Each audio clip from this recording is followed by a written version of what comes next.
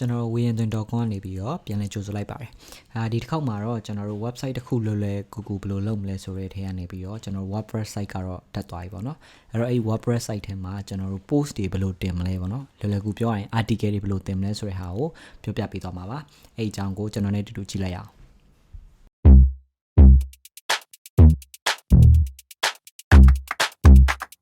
ပထမဆုံးကျွန်တော်တို့ကဒီ Wordpress site ကိုအရင်ဆုံးကျွန်တော်ပြမယ်ပေါ့နော်သူက post တင်လိုက်ရင်ဘယ်နှရောက်သွားမလဲဆိုတဲ့ဟာကိုပြမယ်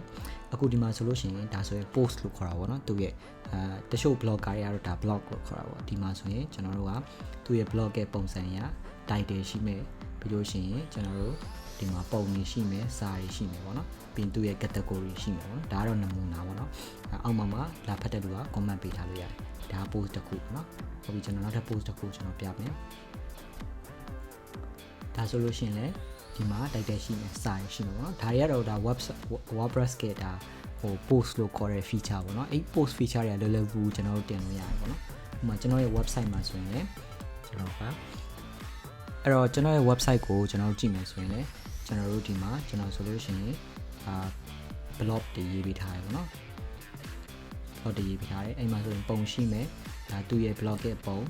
ကျွန်တော် feature ပုံလို့ခေါ်တယ်ပေါ့နော်ကျွန်တော်ပြီးရင် post တင်လည်းကျွန်တော်ပြပြမယ်ပြီးရင်ဒီမှာကျတော့ဒါ title ဒါကျတော့ tab တွေလို့ခေါ်တယ်ပေါ့နော်ပြီးရင်ဘယ်နည်းတင်တာလဲဒါ content တွေပေါ့နော်ဒီမှာရေးပြရတယ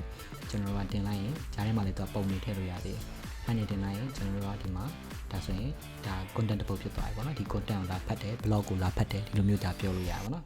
အဲ့တော့အခုကတော့ကျွန်တော်နမူနာပေါ့နော်တခြားကျွန်တော်လုပ်ပေးနေတဲ့ website တစ်ခုမှာနမူနာအနေနဲ့ post တင်ပြမှာပါအဲ့တော့ပထမဆုံးအဓိကတော့ dashboard ပေါ့နော်ရှေ့မှာတော့ကျွန်တော် share video တွေမှာတော့ပြောပြီးသွားပြီဒီ admin panel ကိုဘယ်လိုဝင်ရမလဲဆိုတော့ပြောပြီးသွားပြီပေါ့နော်အခုအဲ့ဒီအကြောင်းတွေကိုကြည့်ရှင်တော့ share video လေးကိုတွားကြည့်ပေးဖို့မြစ်တရက်ခံချင်ပါတယ်အခုဒီမှာတော့ကျွန်တော် post ကိုစပြီးတော့တင်ဖို့အတွက်ဒီမှာ post ဆိုတဲ့ဟာကိုတွားရုံပါပဲအဲ့မှာကိုက category create မလုပ်ရသေးဘူးဆိုရင်ဒီ category မှာအရင်ဆုံး create လုပ်လို့ရပါတယ်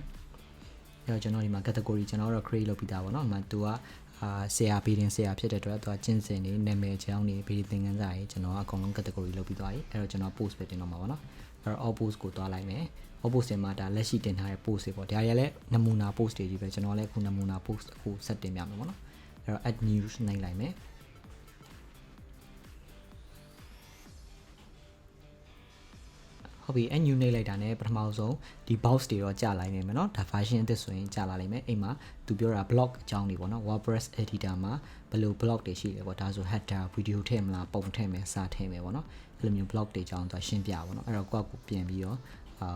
ဖတ်ကြည့်လို့လည်းရပါပေါ့เนาะအဲ့တော့ကျွန်တော်ကတော့လောလောဆယ် title ကနေစမယ်ပေါ့เนาะ title ကလည်းကျွန်တော် generate လုပ်တဲ့ title နဲ့ပဲသွားမှာဖြစ်တဲ့အတွက်ကျွန်တော် title တစ်ခုကို generate ထည့်လိုက်မယ်ပြီးတော့ဒီမှာကျတော့ကျွန်တော်က blog တွေရှိရပေါ့နော်အဲ့ blog တွေမှာကိုအဆင်ပြေတဲ့ blog ပေါ့အခုလောဆယ်ကျွန်တော်က paragraph ထည့်မှာဖြစ်တဲ့အတွက် paragraph ကိုပဲကျွန်တော်သွားမယ်ဒါမှမဟုတ်လို့ရှင်လေတစ်ခါတည်းထည့်လိုက်လို့ရတယ်ပေါ့နော်ဒီမှာဆိုရင်ဒါကျွန်တော်ရဲ့ပထမဆုံးအပိုက်ပေါ့နော်အဲဆိုရင်ကျွန်တော်ဒီမှာထည့်လိုက်မယ်ဒါဆိုရင် paragraph ပိုက်ပြီးသွားပြီပေါ့နော်အဲ့မှာကျွန်တော်နောက်ထပ်ပုံထည့်ခြင်းတယ်ပေါ့နော်ဒီပိုက်မှာဆိုဒါဆို image လေးကျွန်တော်ရွေးထားလိုက်မယ်ရွေးထားပြီးတော့ upload မှာကျွန်တော်တို့လောဆယ် media library ကနေကျွန်တော်ထည့်ပြမယ်ပေါ့နော် media library ကိုသွားမယ်ပြီး media library မှာကျွန်တော်ပုံတစ်ခုကိုကျွန်တော်ရွေးလိုက်မယ်ရွေးပြီးတော့ select လုပ်လိုက်မယ်ပေါ့နော်ဒါဆိုရင်ဒါကြားထဲမှာပုံဖြစ်သွားအဲ့ပုံပဲကျွန်တော်ရွေးလို့ရသေးတယ်ဘယ်လိုမျိုးလဲဆိုတော့မှအလဲမှာထားမှာလားပေါ့ဒါဆိုရင်စာရဲ့အလဲမှာပေါ့ပြီး caption ထည့်မှာလားအဲ့ပြီးသွားရင်နောက်ထပ် blog ကကျွန်တော်တို့ကစာထည့်မယ်ဆိုရင်စာထည့်မယ်ပေါ့နော်ကျွန်တော်စာလေးမထည့်ခင်မှာ header လေးထည့်မယ်ပေါ့နော် header ဆိုတာအဲ့လိုခေါင်းစဉ်အသေးလေးပေါ့ခေါင်းစဉ်ကိုယ်လေးပေါ့အဲ့တော့ကျွန်တော်ဒီမှာခေါင်းစဉ်ကိုယ်လေးကိုတွက်ကြည့်လိုက်မယ်ညောင် copy ကူးလိုက်မယ်ပြီးဒီမှာထည့်လိုက်မယ်ပေါ့နော်ခေါင်းစဉ်ကိုယ်ပြီးရင်အောက်မှာကျွန်တော်တို့ paragraph ပြန်လာမှာပေါ့နော်အဲ့တော့ paragraph ကိုပြန်သွားမယ်ပြီးလို့ရှိရင်ဒီမှာ paragraph ကိုကျွန်တော် copy ကူးမယ်ပြီးရင်ဒီမှာကျွန်တော်တို့ထည့်လိုက်မယ်ဒါဆိုရင်ကျွန်တော် blog တစ်ခုပြီးသွားပြီပေါ့နော်ဒီပုံကကြတော့ဘာကွာလဲဆိုတော့ခုနကျွန်တော်ပြောတဲ့feature ပုံလို့မခေါ်ဘူးပေါ့နော်ဒါကကြတော့စာထဲမှာထည့်တဲ့ပုံမှာ tutorial ဆိုလို့ရှိရင် step 1ဘာလုပ်ပါ step 2 3ဘာလုပ်ပါပေါ့နော်ဒါတွေပြီးသွားပြီဆိုရင်နောက်ထပ်ဘာလုပ်ရမှာလဲဆိုတော့ဒီဘက် post ထဲမှာကျွန်တော်တို့က category ကိုရွေးပြရပါမယ် category ကအခုထားပါတော့ဒီကတော့နာမည်အကြောင်းပေါ့နော်ဒီ category ကျွန်တော်ရွေးလိုက်မယ်ပြီးရင်ဒီ post နဲ့သက်ဆိုင်တဲ့ tab တွေကိုထည့်ပေးရပါတယ်ဒီကဘာကြောင့်လဲဆိုတော့နောက်ပိုင်းကျလို့ရှိရင်ကိုယ့်ရဲ့ blog က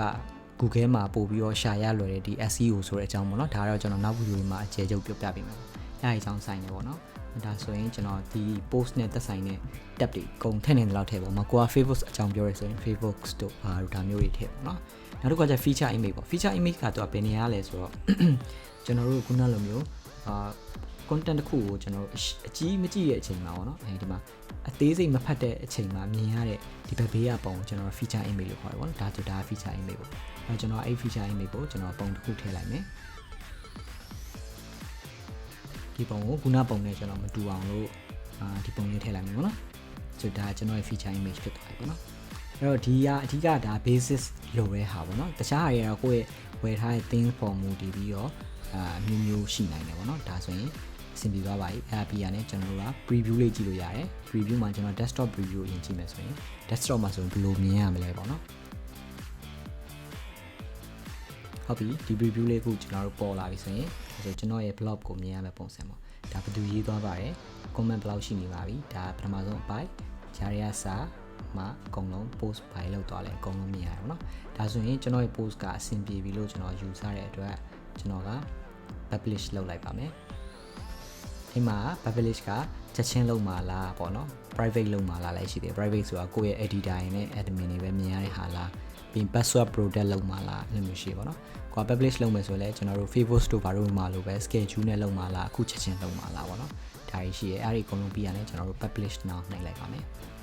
ဒါဆိုရင်ကျွန်တော်ရဲ့ post က link လေးရပြီဖြစ်တဲ့အတွက်ဒီဟာကိုကျွန်တော်တို့ပြန်ပြီးတော့ကြည့်လိုက်လို့ရှိရင်အဲ့တော့ဒါဆိုရင်ကျွန်တော်ရေးတင်ထားတဲ့ post လေးကတက်သွားပါပြီ။မှကြည့်လိုက်မယ်နော်ကျွန်တော်ရဲ့ post လေးတက်သွားပြီ။ပြီးတော့ home page မှာဆိုရင်တို့ဘယ်လိုပုံမှန်ဆိုတာပြပါမယ်။ home page မှာဆိုရင်ဒီကခုနကျွန်တော်နောက်ဆုံးတင်ခဲ့တဲ့ပုံလေးနဲ့စာလေးနဲ့ဒါတိုက်တယ်ပေါ့နော်ဒီမှာ feature image လေးလိုမျိုးလေးပုံပါ။ Okay အဲ့တော့ဒီ video လေးကအခုကြည့်နေလို့အတွက်အကျိုးရှိတယ်ဆိုလို့ရှိရင်ကျွန်တော်ရဲ့ channel လေးကိုအောက်မှာ subscribe လုပ်ပြီးတော့ notification bar လေးကို on ခဲ့ဖို့လည်းကျွန်တော်ဖိတ်ခေါ်ပါရစေ။နောက်ထပ်တခြားသိချင်တာရှိလဲ comment မှာရေးပေးခဲ့ပေးပါကျွန်တော်တက်နိုင်သမျှပြန်ပြီးတော့ reply လုပ်ပေးပါမယ်။အားလုံးကျေးဇူးတင်ပါတယ်။